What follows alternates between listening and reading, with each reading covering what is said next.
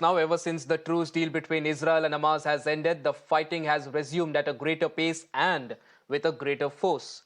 Israel is escalating its military operations with an intent to occupy southern Gaza. Heavy bombing is also being reported across the entire Gaza Strip, while tanks and armored vehicles were also spotted on the outskirts of the South Gaza city of Khan Yunis.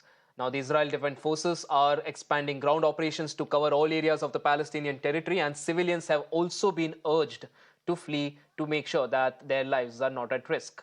Meanwhile, Israeli PM has also convened a war cabinet meet with top bosses from the IDF and Mossad, along with other members.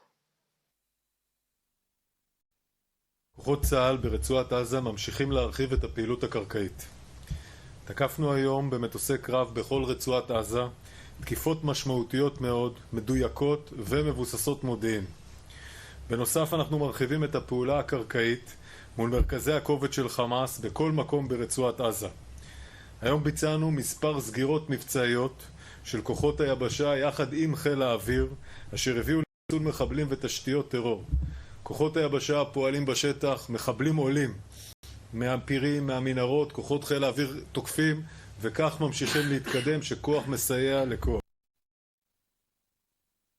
In the first few days of this renewed military campaign against the South, we have seen some things that don't look like the operation as it was conducted in the North. For example, in the North, at the commencement of operations, you saw them ask or order more than 1 million people to move.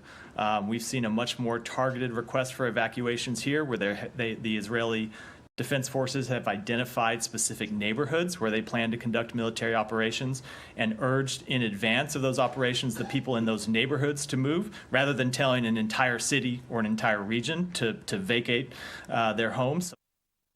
Meanwhile, all internet and communication services across Gaza are down. The death toll is close to surpassing 16,000, which includes nearly 6,000 children.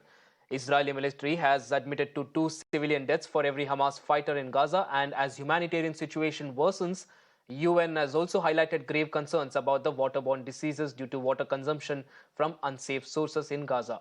On the other hand, the Palestinian Prime Minister has called on the International Criminal Court to accelerate its investigation procedures into alleged Israeli crimes.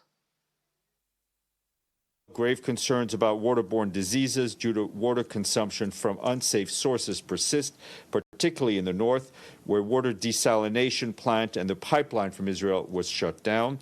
There's been almost no improvement in the access of residents to the north to water for drinking and domestic purposes for weeks now. The World Food Program also warns that 8 weeks into the war, there is a big risk of famine for all of Gaza's people, including for those with chronic diseases, older persons, and children living with disabilities.